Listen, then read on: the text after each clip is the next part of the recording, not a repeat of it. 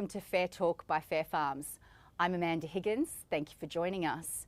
Today I'm joined by the highly pragmatic Executive Officer of the Approved Employers of Australia, Steve Burdette, a key industry voice who is on the front line of negotiations, support and representation of many palm approved employers across the country.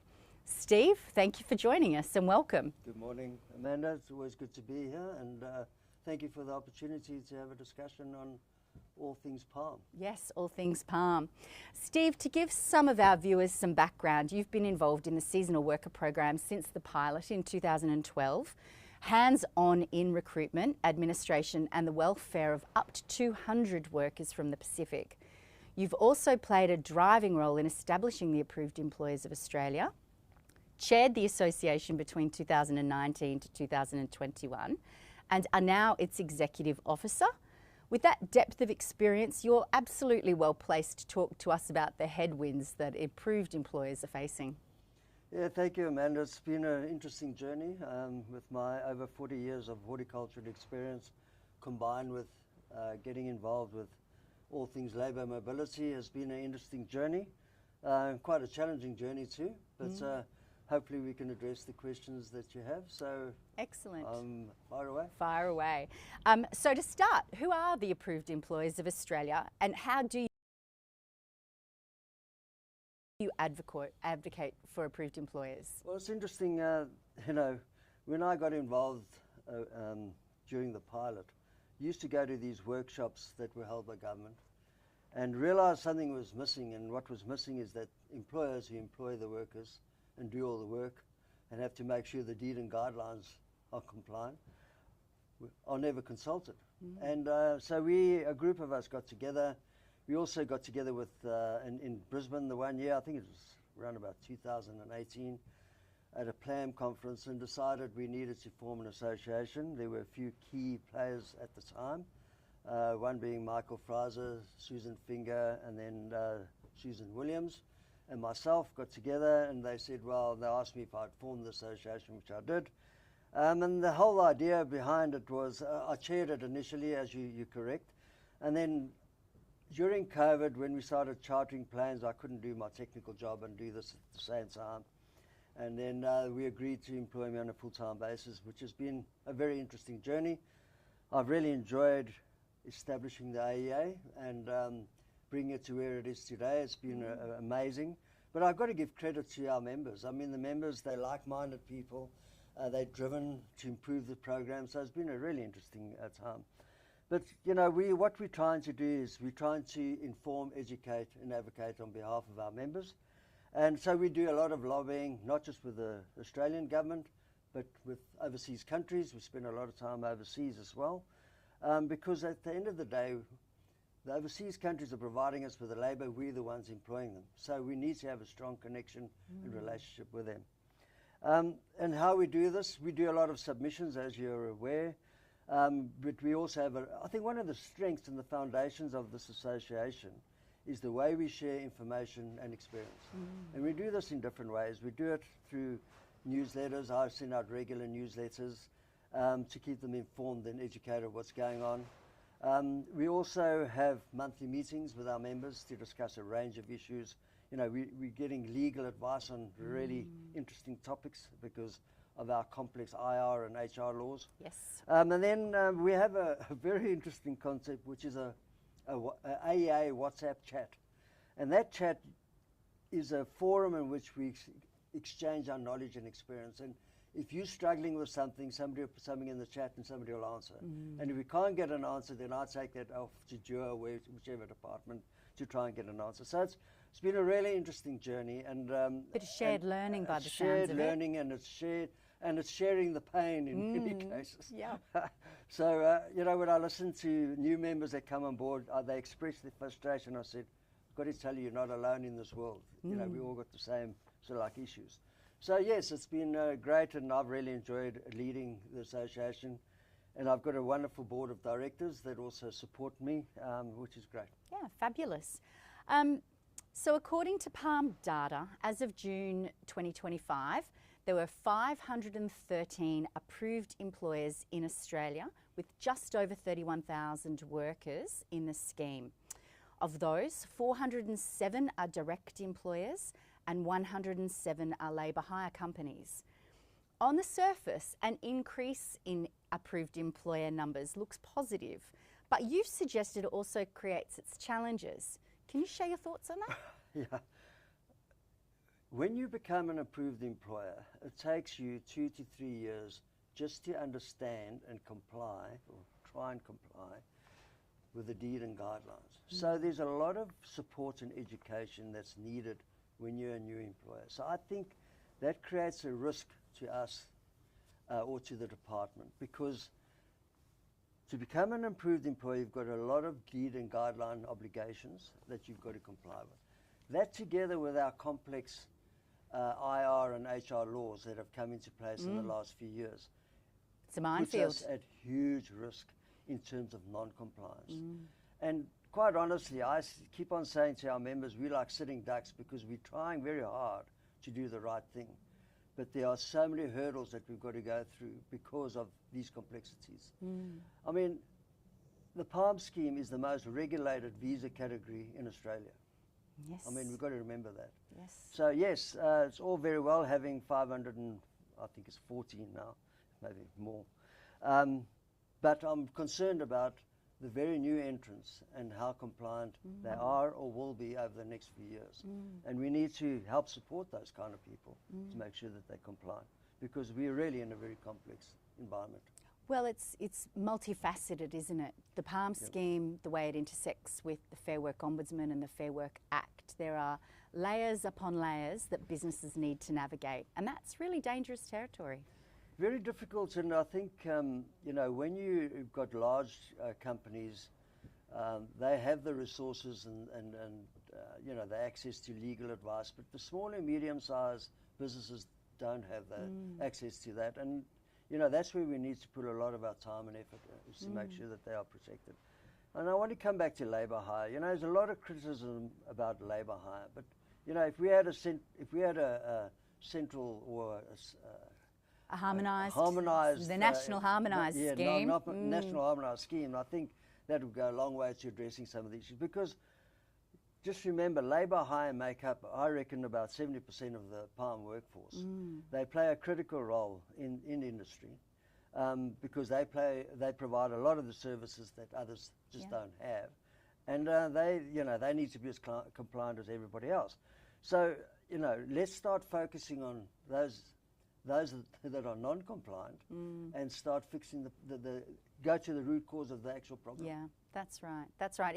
It's a tricky one when the states are so very fragmented and that there's not a consistent approach when it comes to labour hire. From a monitoring point of view, it's quite difficult.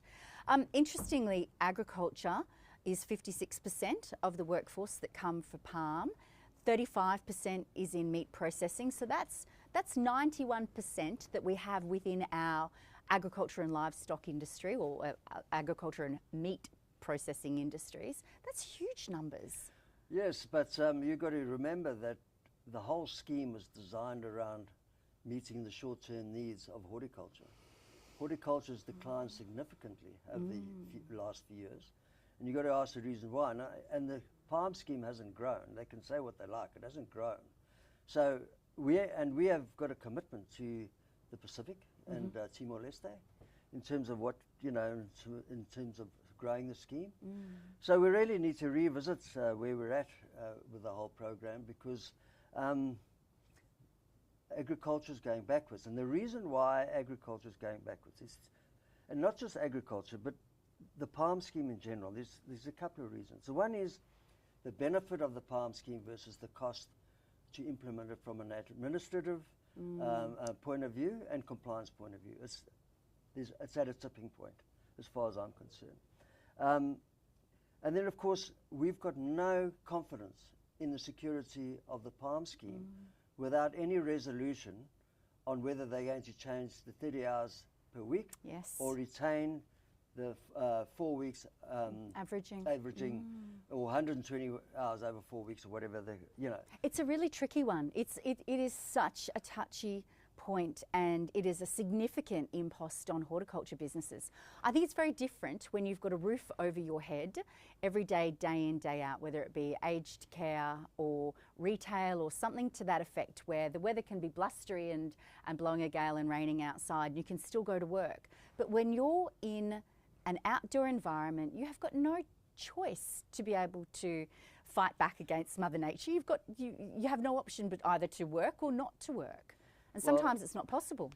We've been on the record, and I'll make it very clear today, that if they do change it to 30 hours a week, it'll sink horticulture in many ways.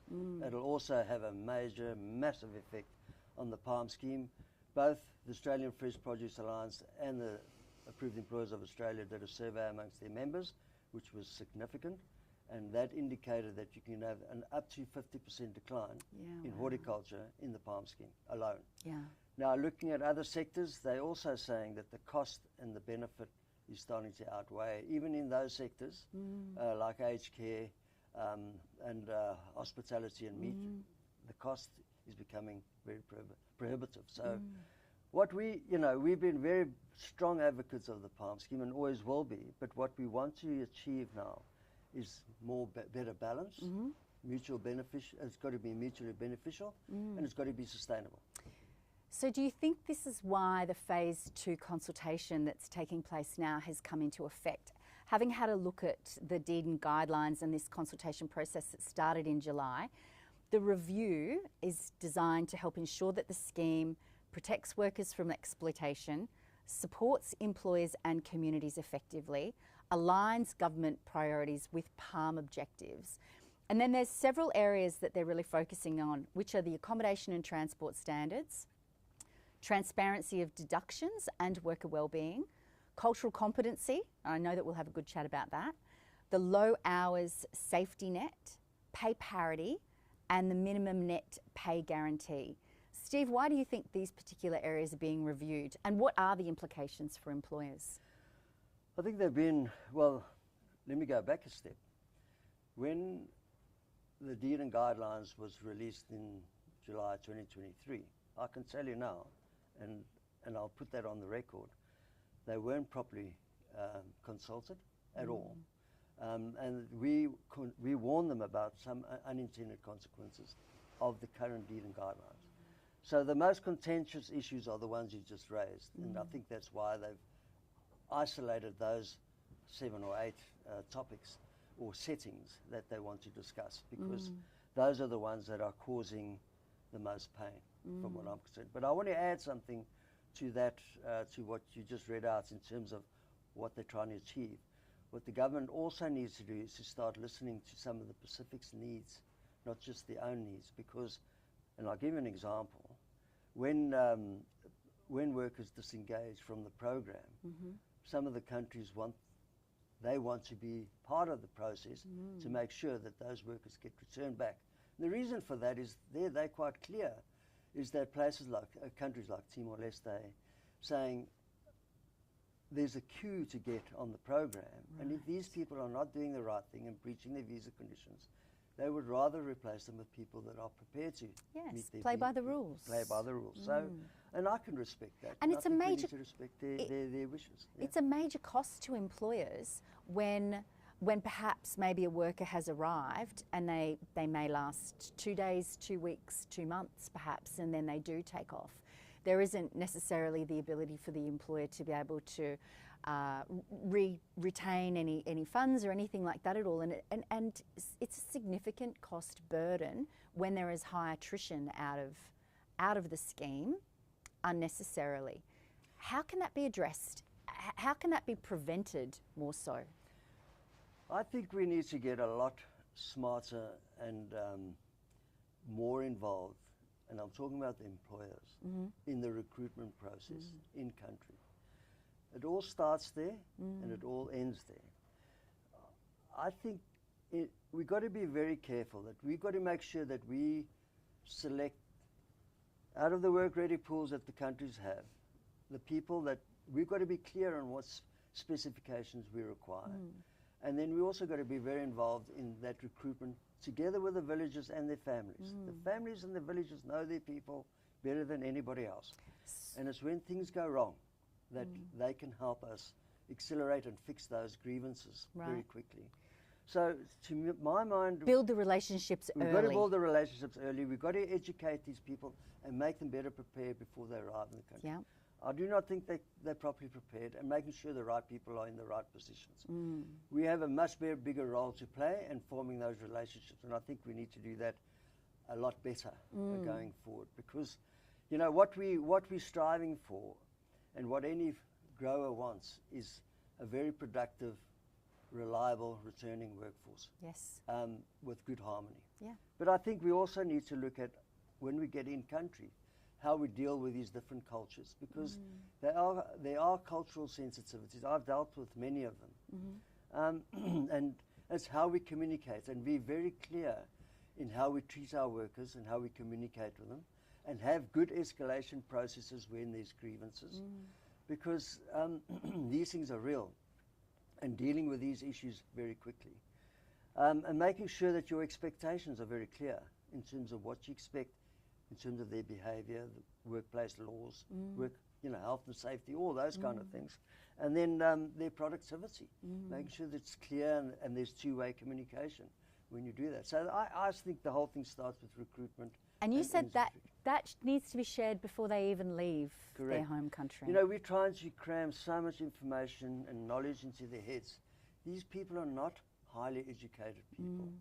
And so we've got to, and just remember, it's foreign. It's altogether different. We are very transactional. They are not. They're relationship-based. And as I said to you, when I was given a presentation in Timor-Leste, it was all pictures, no words. That's the way they relate. We've got to change the way we get the message across. Yeah. And I think the best way is earlier intervention with the right messages, and have them consistent throughout their journey into Australia and that. So when they arrive, better prepared, know what their job's about, know what the deductions are about, all those kind of things.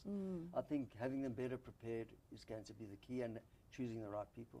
So out of the employers that you know who are doing it well and who have less of a rate of absconding, are those employers hand selecting workers? Are they strong in that recruitment process, and does that make a difference? Is that a tangible improvement that you've seen across your members who are actively involved in country? Absolutely. There's no doubt that those with the really good, robust recruitment processes have a much better success in many cases. You're not always going to get it right. Of course. I mean, that's Mother Nature. That's people. But I think you can resolve a lot of the issues. And I think building that relationship with the villages and the families helps a great deal. Because when these people get homesick or issues start arising, you know, and you start seeing the patterns change in their behavior, like alcohol abuse or drug abuse and that, something's possibly triggering it, and we need to get to understand it. Yeah. And you know, it's sad, because when you go and recruit people, they have a great respect for you as a person, because you're the person that's now in charge of them. And sometimes you're the last person to hear, because they don't want to disappoint you. Whereas in our way of doing things, we want to know so that we can try and fix it. So that early intervention and getting those, you know, the right leaders and supervisors, to me, is very critical in terms of that selection process. And when you come to selecting supervisors and leaders, you've got to be very careful too that you make sure that you understand who their spiritual leaders are, because they are very spiritual people versus operational leaders. Yes. And you've got to be careful that you don't conflict those two. No. You and I had previously had a discussion around the worker wellbeing officers and the amount of pressure that some of these team members are actually under, and the range of issues that they need to deal with. Is that one of the key challenges, do you think, that growers face, as well as to how do they get a skilled member to deal with such a wide variety of cultural sensitivities as well? Yeah, look, let me say from the beginning, welfare is a critical part of the process, not denying that. And having high standards, that's fine. I'm all good with all that. We support that.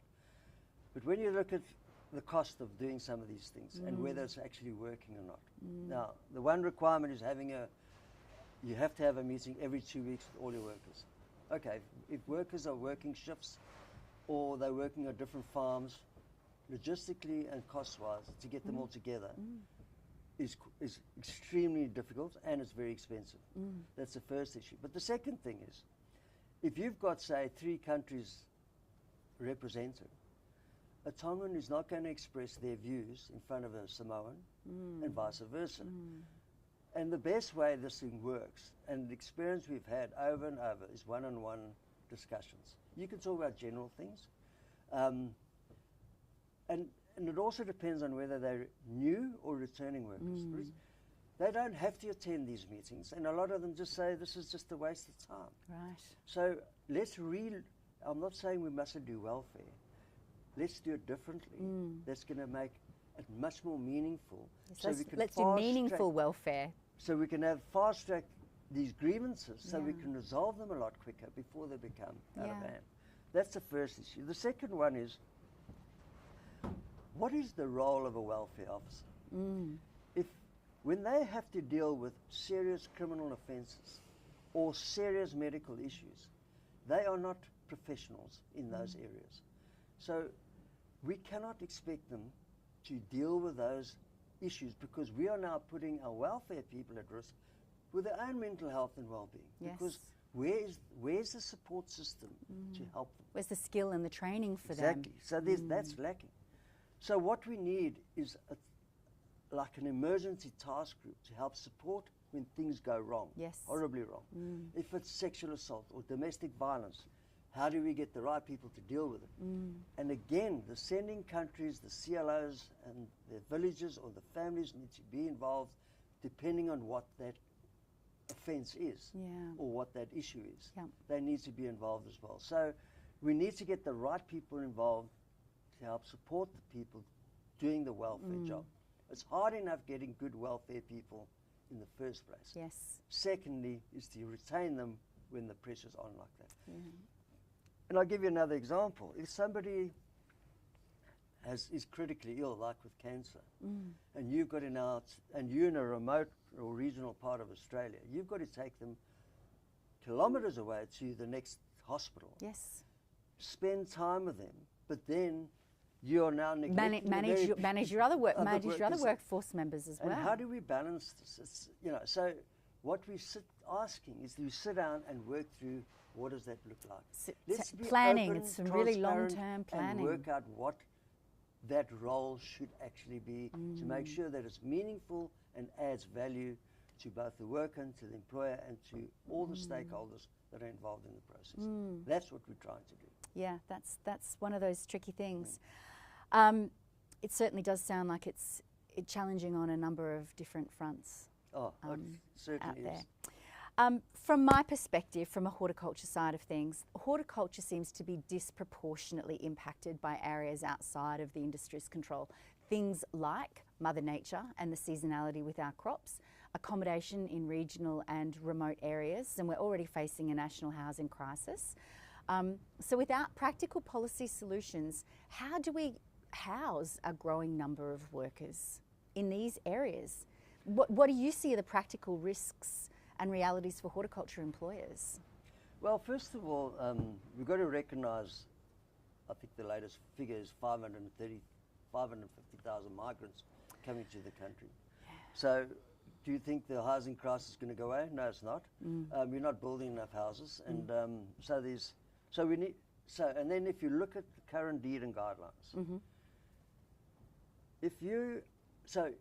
the current deed and guidelines disincentivises any employer from investing in accommodation or transport for their workers. Why? That makes no sense, does it? No, it makes no sense. Because you have to be totally transparent, and then they say you can't claim certain costs like depreciation, which is normal accounting practice. And in fact, private operators could actually provide a service at a lower cost than commercial operators. But because they've signed the deed and guidelines and that property or the vehicles belong to them, they've got to disclose all their costs. Whereas a commercial provider doesn't have to, because that's in confidence information. Right. So you've got this conflict within of this. And the only way we're going to solve this problem is to sit down and work through what is in and what is out to make it more cost effective for all. Yes. So that we can invest in an open and transparent way. In fact, the AEA developed 2 spreadsheets, one on transport and one on accommodation, to disclose every single cost item. Yep. Yep. That was rejected. It was never endorsed fully and used as a template. What we were trying to do is be open and transparent about the real cost. And some of the real costs are also due to extensive damage to property, Yes. and to vehicles, but extensive. Particularly just before they leave the country. And you're in a business. Yeah. You can't just keep on running losses. The other thing about accommodation is that, especially in the long term, you have to book accommodation, secure it in your recruitment plan well in advance. So you may spend 3 months without anybody being in that accommodation just to secure That you're outlaying for. That you're outlaying for. It's a huge cost and risk to a financial risk to businesses. Yes. So why don't we sit down and work out how best we can do that to mitigate the risk, make sure that we do have accommodation when they arrive, but not having that outlay. The other one is you cannot secure accommodation. You can either do it for 6 months or for 12 months. But the short term works up to a maximum of 9 months. Yeah. So what about the other 3 months? Yeah. See, all these complexities, this is what is contributing significantly to the cost of the program. And if we just work through it pragmatically in an open and transparent way, I think we can come to a much better arrangement in terms of where we're going to go. I think some incentives from a housing perspective towards on-farm accommodation being provided by employers for their workers to keep them housed close to work, reduce those transport costs, and keep everybody together. You know, it might have a better longer-term impact. And I also think, you know, like with transport, you've got to make sure that the vehicle is roadworthy. Well, hello, I'm not a mechanic. So they're also adults. Yeah. They've got the right to choose their own accommodation, their own transport, whatever the case may be. Yes. So we've got to recognise, yes, we can help support them, but let's sit down and work out what is in the best interest to make sure that they are safe, they've got reliable transport, etc., etc. That's right. I think, you know, so we can help with the process, but at the end of the day, they're also adults, they've got to make a choice. That's right. Which also too then brings me to our next point, which is about when they leave, potentially abscond, or are enticed to apply for a protection visa. Now, this has been going on as of late, that there's growing misinformation in communities suggesting that it's a way to be able to stay in Australia and work longer under a protection visa. Why and what do you think is happening with this trend, and how is it impacting approved employers? We know the government's doing something about it now. They recognise it's a problem, but how did it get started? Well, it's part of the legislation that everybody's got a right to apply for a protection visa. But what the issue was is that it took a long period of time for any of these. They were so behind in the applications that it would take 3 to 5 years. So people would know they've got 3 to 5 years because they get a bridging visa, then they get given a Medicare card, and then they just carry on as per normal. Right. Now, and I've got to applaud and congratulate the government for doing this, they've reduced that significantly, that time period, and are striving very hard to process protection visas within 3 months. Now, that to me is a massive, because it's been a great frustration for a lot of employers, because why would somebody on the PALM scheme be applying for a protection visa? Well, that's right. And I get back to, again, the recruitment process. If you're recruiting from certain villages and you know the they know the character, and they put the character forward, there should be no reason to apply. I mean, there are circumstances that can differ, and I acknowledge that, and I've got no hesitation if they apply for it. Certain countries are a lot more vulnerable than others, like Papua New Guinea, and we understand that. But yes, it has been a big frustration, but at least it's being addressed by government. Yeah, and I think really protection visas aren't the way to go unless they're genuine, and the government really are looking at the evidence that's submitted with that, and they know that there's either unsubstantiated claims or there's not enough evidence to submit. And what worries me more is that you've got these agents that charge them phenomenal fees, and it costs next to nothing to apply for a protection visa. So, you know, there's people rorting the system, which is also not right, and it's not in the best interest of the worker. So, but social media is a difficult one because it's, you know, they've got all these, the local diaspora and that, you know, providing them with information, and sometimes it's not always the right information. Sounds like we need to sort of really tighten where all that information's coming from, and weed out some of the unscrupulous people out that are giving the wrong information with the wrong intent. That's exactly right. And then, you know, we need to work out how we do that. And I think collectively we can. It's just we need to. It's an all-together moment. It's an all in it together, right? It's not up to one person or one body. I mean, it's just about leveling the playing field. Yeah. Because the playing field isn't level. It is. It's a tricky one. Steve, we've had some really strong engagement from our viewers with many questions submitted ahead of today. Are you happy if we try and tackle some of these now? There's a couple of curly ones in there. But yeah, well, let's see. Throw the curly balls and see if we can answer them. Rightio, let's have a look.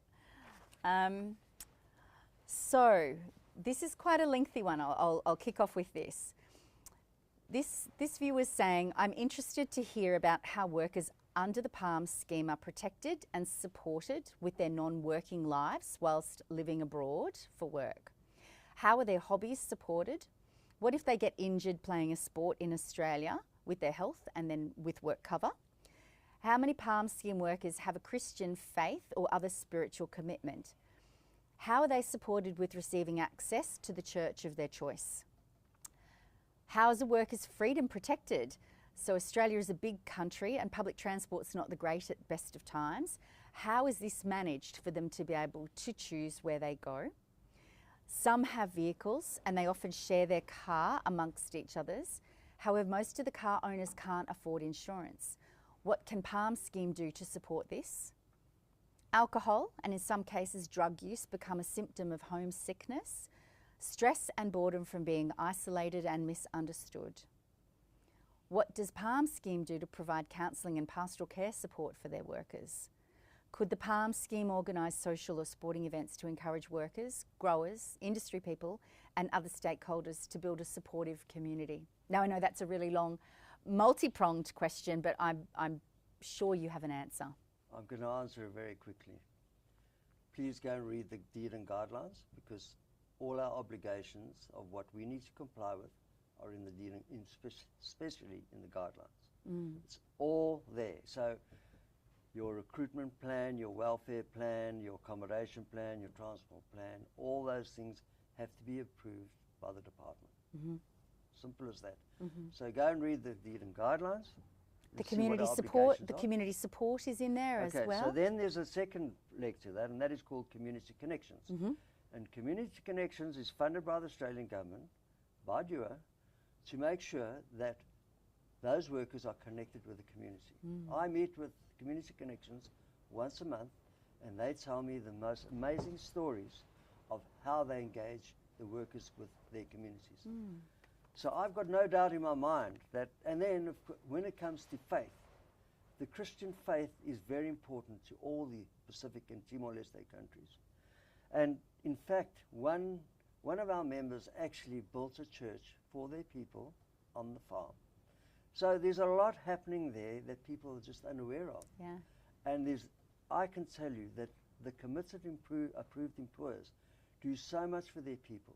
I just got back from Timor-Leste, where one of our members was met by 50 workers that she employs in Queensland. And why were they there? They were so excited that she was coming to their villages. And when I went to the villages, they were so excited, and I congratulated them on what they've achieved, because it's amazing to see. So the benefits of the program, you must never underestimate, both for their GDP, the country's GDP, and for the families and their villages that this money goes back to. It's amazing. But coming back to the question, this is the most regulated visa category in Australia. So all those requirements are in the deed and guidelines. Yeah, sure. I think just touching on your point there about building a church and having a wonderful number of people to meet you at the airport, we just need to share some stories a whole lot better. We're not very good at that, are we? just, you know, you come back from these visits. Every time I go to the Pacific, I come back humbled by what I see. Yeah. And I just think That's we are beautiful. we're such fortunate people. And you know what? You know what's interesting? When you go to all these villages with all the poverty, they're all happy. Yeah. Yep. Interesting. Very Happy, interesting. and they will do anything because they're just so privileged that you are there, and it's just the other way around, actually. Yeah. Yeah. Beautiful. The next question for you. We've got a page full. So, considering recent years where weather has reduced crop production or has made crop production more challenging, how are growers able to be prepared for these changes? Is the PALM scheme taking this into account, or is the PALM scheme only beneficial to the workers? This is a holistic approach. Farmers are always innovating. I mean, horticulture is so variable, and they're always innovating. But the big key here is planning, and then looking at collaboration. And I mean, you can never predict whether you can have a short season or a long. You have a good idea, but things can happen. Of course. With the climate that's so variable, yes, and people do try and factor it in. I do spend a lot of my time helping employers move workers from one employer to another when they run out of work, so that we can keep the continuity, make sure they maximize income, work very closely with the department to make sure that is done. So there's various mechanisms to do that. So I think the other point is planning just for tomorrow is out. You've got to plan well in advance, and you need to plan very carefully. And that is becoming a whole challenge in itself. Have some contingencies, hey? Not just Correct. plan A, some plan B and plan C. Part of your recruitment plan has to include a contingency plan. So what happens, they enact that contingency plan. It could be that part of the contingencies that we will help try and mobilise workers. elsewhere. Okay, great. So there is a function there that that growers can access, should they be a member, and reach out for assistance. Even if they're not a member, if they're in trouble, they can reach out and we can try and help them. Excellent, good.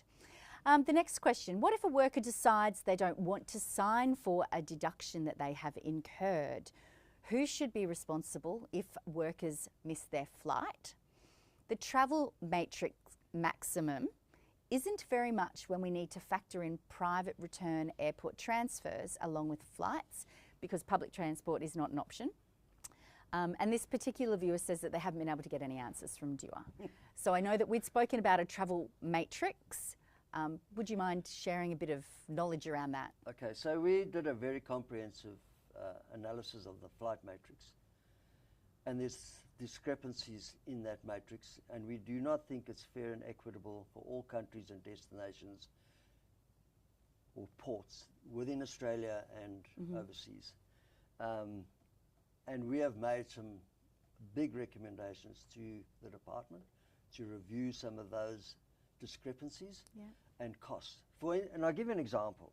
So you can cover accommodation costs when they come into the country, but you can't cover accommodation costs when they go out of the country. But you're booking a two-way ticket. Yeah. So you know, some of these things don't make sense. Some of the destinations are a lot more expensive than others. And then exceed the flight matrix. So the growers there's a large out of pocket. Are saying, well, I don't think I'm going to do that. I'd rather go to a country where I think I'm going to meet the flight matrix. So it's just fine-tuning these kind of things to make sure that it's more aligned.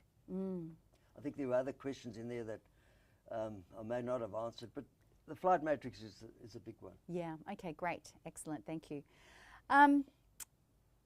Now the next question is, if they, I'm assuming DUA or PALM, keep implementing more unreasonable new rules, will the scheme soon become unviable for growers to use? And are they, PALM I'm assuming, still fighting to revert back to a minimum of 30 hours worked per week? Or, sorry, this must be for approved employers. Are approved employers still fighting to revert back to a minimum of 30 hours worked per week, averaged over the whole season? So two parts to that question. Will the scheme become unviable if the new rules, if they're new unreasonable rules? And is the 30 hours going to get changed back to over the season? Is it going to stay at 120 over 4 weeks? Or is it going to be 30 hours each week guaranteed? Well, for the first question, yes. Yes, it's unviable? It will become unviable because every time you bring in more restrictions and more regulation, it just becomes administratively impossible to manage. So it's just getting harder and harder, and that comes back to the cost versus the benefit and the sustainability. Yeah. So I've got no doubt that that's going to become a big factor. So that's why we're urging government to sit down and do it, be very transparent and open with how we discuss and agree to settings going forward, so that we don't bring in more layers of legislation or additional settings. That's right. I mean, if there can be some agreed goals, that's what the goals are and that's what the intent is to try and achieve, and everything else can get out of the way, right? Correct. Everything else can just get out of the way. In terms of the second question, in terms of, well, I said earlier, if they introduce 30 hours a week for horticulture, it's going to be a disaster. And we've done that survey, we've given them the data.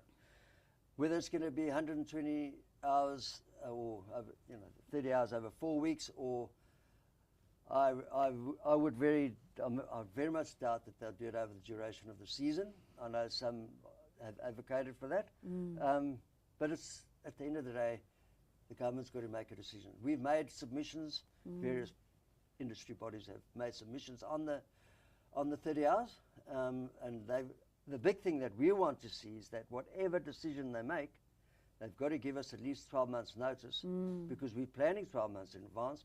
And the danger is that if you change it, if you don't give us 12 months, you could have some agreements that are 120 hours expire. You've got different, and we had that when they changed it, and it was an absolute nightmare. Yeah. So we just got to be, we need really careful when the commencement point starts. Yeah, no, definitely. Is an agricultural visa for overseas workers dead in the water? Personally, we tried it. The current government are not in favour of it. I think what we really need to investigate more is a harvest visa, especially for crops that are very high in seasonal demand, like cherries and mangoes and stuff like that, to make sure that we've got greater mobility of workers to move around. We have proposed something along those lines, the AFBA and ourselves, but we don't know where that is at this stage. Okay, so that would be, yes, it's dead in the water, but we'd like it back and revived. I think if you look at the whole migration review, we need to relook at how we go and how do we have more flexibility in our process. Yeah. The palm scheme has a role to play, but where we're really battling is when you've got these short windows, to harvest. Short-term that's where crops. we battle to make sure that we meet those needs. Yeah.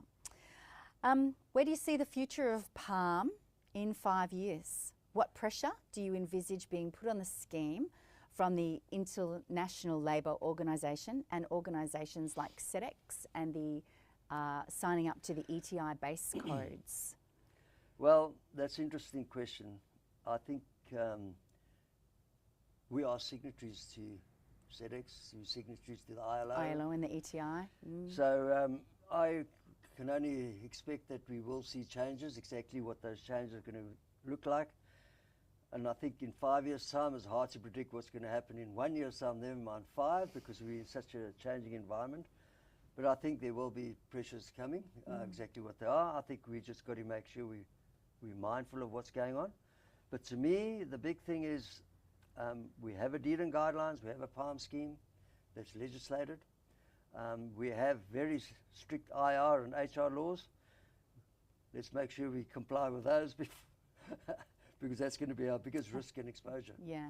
And that we can look at our costs, because, I mean, just labour costs have gone up 50% in the last 5 years. Yeah, so that's crazy. It's All of the on-costs that come with it are phenomenal when you actually sit down and work it out. Knock-on effect, yeah. Yeah, it's crazy. One question is, what due diligence should the employer do when receiving palm workers? Comes back to the recruitment. Absolutely. And then, of course, how you treat these workers when they arrive in Australia. And consistent messaging is very important for them. But you know, we've got to understand their cultures and try and work with them to make sure that they're comfortable. A lot of people go to their nth degree to do that. Yeah. And we've got to applaud those. And, you know, we talk about best practice. Let's start applying best practice. I mean, we've started looking at it as an association. And we have a workshop, face-to-face workshop every year, which everybody really enjoys going to, because we have topics where we're exchanging knowledge and information and looking at how we can improve what things work. Yeah, wonderful, excellent.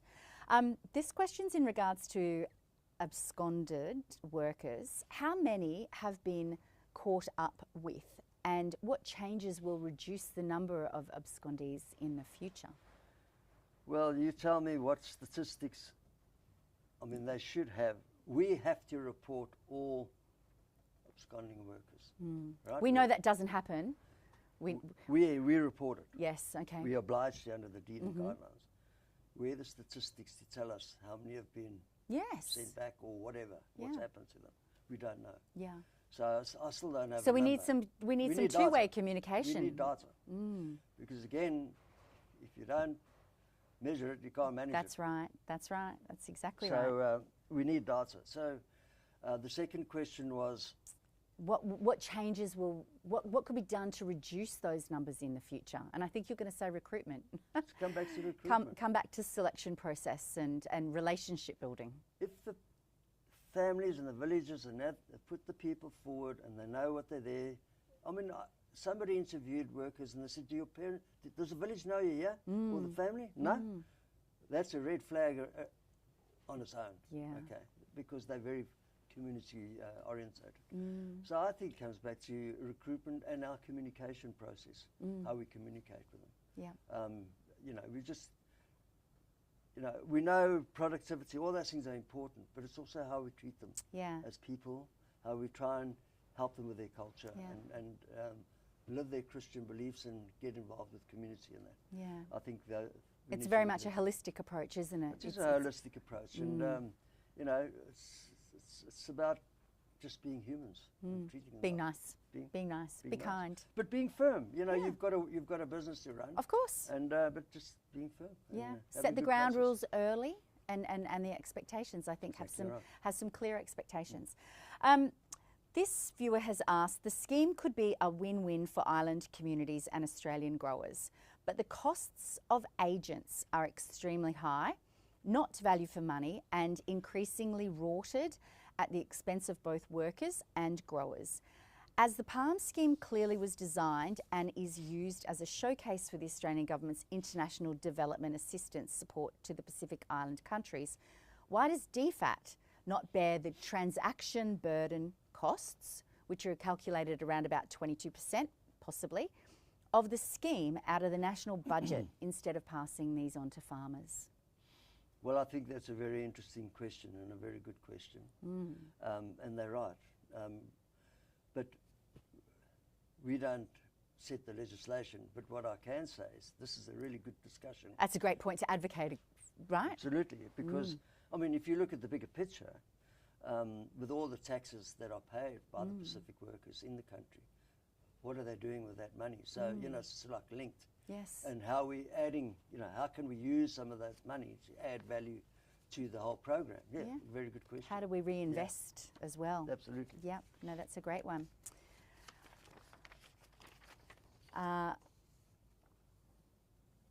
This is an interesting one around accommodation. Instead of each approved employer submitting accommodation plans for the same accommodation, can this be pushed back onto the host or the facility? Can the facility be approved, given an approval number, and then users of the facility in their plans just quote that number? The viewers said, I can understand for farm-owned or independently owned sites, but not sites which are accessible to all. Do you see this as a possibility or something which can be pushed? It's an interesting question, because at the end of the day, who's responsible for those workers in that accommodation? Now, I know there's approved accommodation that has different employers' workers in there, but at the end of the day, that employer is actually responsible for their own workers. That's a good question, which I'm happy to take offline and see and bounce it off and see if we can put it in our submission. Because I suppose it's where does the responsibility start and where does it stop? Yeah, that's right. And then it becomes very grey, doesn't it? When something goes wrong That's and the issue. lines are blurred, Yeah. is then where does the buck stop? And that's the problem. The only way I think could work is if that accommodation provider became an approved employer, but they're not employing. So No, that's right. The very last question for you, Steve. Thank you. This person would be interested in your experience of doer. Should a different government department or agency be tasked with the administration of palm? Part 2 of this question is, should local councils and community organisations, for example Vinnie's, be funded to support with palm worker welfare and social support? yeah, that's a curveball because we can't influence who the government puts in place to administer the palm scheme.